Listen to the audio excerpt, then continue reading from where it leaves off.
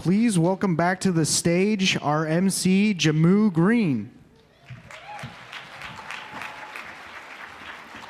This may be my favorite part of the evening. So before I left Texas, I was young. I was really young. I was like 10, if I want to pretend to keep up with the age I pretend to be. I worked for a young man who was running for Congress for the first time in 1994. I served as his office manager, and I remember so many things I learned from that campaign, but most importantly, it was to turn the lights off when I left the office. Now, Lloyd Doggett has come really far from that first campaign in 1994 for Congress. And as I watch him on CNN and MSNBC, I'm always like, I want to get him on Fox. This is the type of Democrat that needs to be talking to this crazy audience. But the reason is because he walks the talk, and as we celebrate all of the accomplishments of women in Travis County, we also need to celebrate the fact that Congressman Doggett's Austin office is all women. How about that?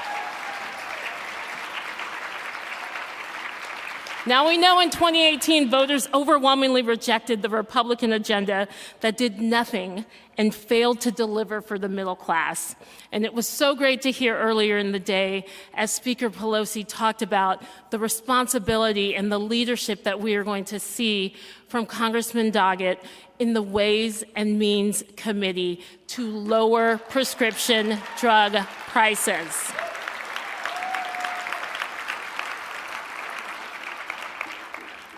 Please welcome to the stage the man who taught me everything I know, Congressman Lloyd Doggett. Thank you very much. Thank you, Jehmu. Thank you very much.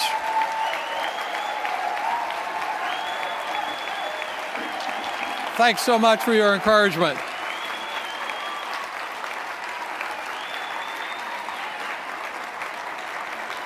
It is so good to see so many American patriots here tonight. We are here about celebrating our democracy and preserving it. This is a little bit of a family reunion, and I'm pleased to have, of course, Libby, our daughter Lisa, and our granddaughter Ella as part of our family to be a part of our greater Democratic family to celebrate tonight. As you know, the president has been a little obsessed with caravans lately, but I think he's looking in the wrong direction. It's not those mothers fleeing violence and trying to protect their families at our southern border he needs to be concerned about. It's the caravan from within this country that includes almost 100 women that have come to Washington to bring about change and to demand accountability from Donald Trump. That's the caravan he ought to be concerned about. That caravan got about its business early on January 3rd with the important work of swiftly electing Speaker Nancy Pelosi.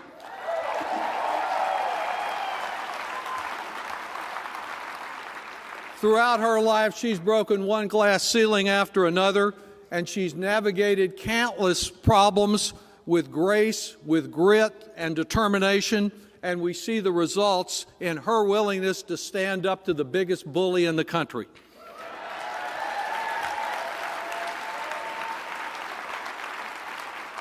I salute her for helping our Democratic Party tonight. We'll be on the plane to Washington to proceed with the business of the country tomorrow, but this business is important here.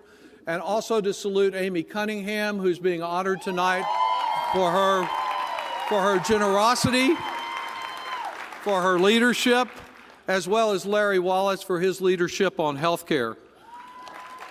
You know, we got to work first and foremost on health care in January, recognizing that our indicted Texas Attorney General had colluded with the Trump administration to attempt to destroy protection for pre-existing conditions.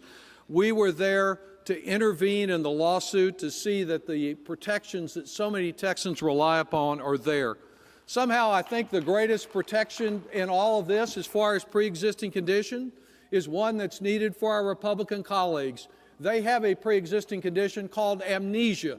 They've forgotten what life was like for so many families before the Affordable Care Act, and they have nothing care only to offer as an alternative.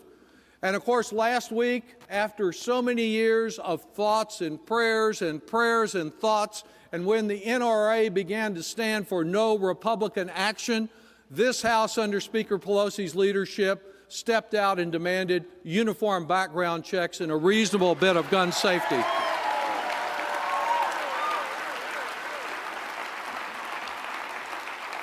And it was good to say no to Trump's power grab, his phony emergency declaration. The real source of the only national crisis we have is what the president can see every morning when he looks in the mirror, along with those Republican enablers who are so wishy-washy they can't stand up to him or separate themselves from him on anything. We're making progress on prescription drugs. I now have a majority of our Democratic caucus signed on to the Medicare Drug Negotiation and Competitive Licensing Act. We've got a hearing that I will chair on Thursday, and we've got a momentum to deal with this issue. I'm convinced that if President Trump will talk to candidate Trump and the United States Senate, this is a measure we can get passed, because the candidate said the right thing on this. Of course, instead of draining the swamp, this president has brought more alligators and crocodiles to Washington than anybody could imagine. This week, the House is about H.R. 1, not the first bill, but the first in importance, which is comprehensive election reform to get more people to the polls, not fewer.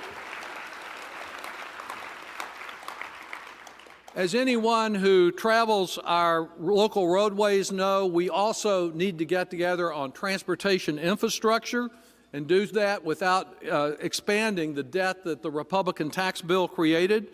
And certainly we must prioritize the really existential task of dealing with the threat of global and global warming and climate change.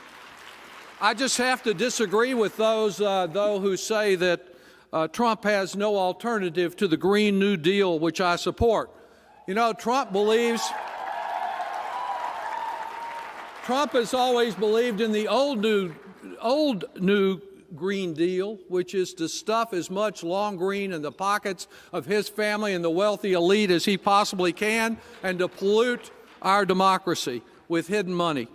With each day and each new tweet, Trump sinks the highest office of this land to a new and lower level.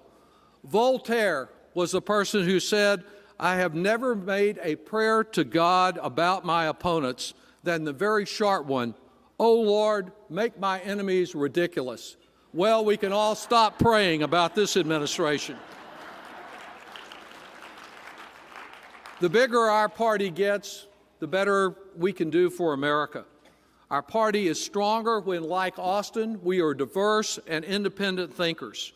In 2020, this room of Democrats may well diverge 20 different ways over the many talented candidates that we offer. I think we're stronger because we have so many talented candidates, but the key to victory will be our coming back together, disagreeing agreeably, and getting behind whoever our nominee may turn out to be.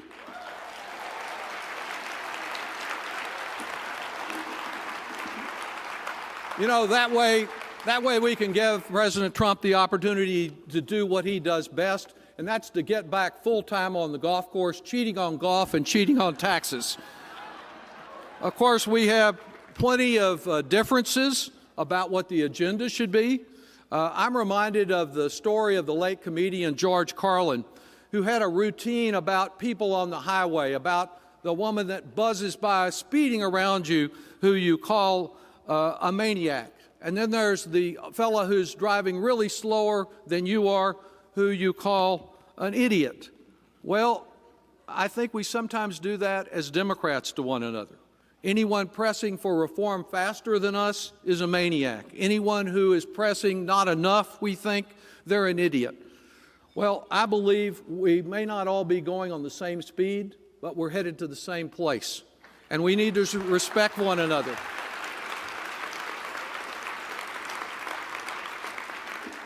And despite the chill that we've had over this past weekend, it is great to see in unexpected places so many bluebonnets popping out.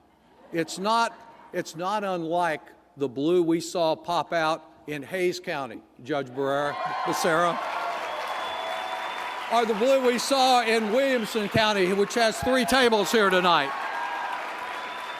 So let's keep spreading the blue and remember Texas and its roots of Lyndon Johnson and Lloyd Bentsen and Ann Richards. We're going to return to those roots and change Texas, and when we do that, we will change America and change the world.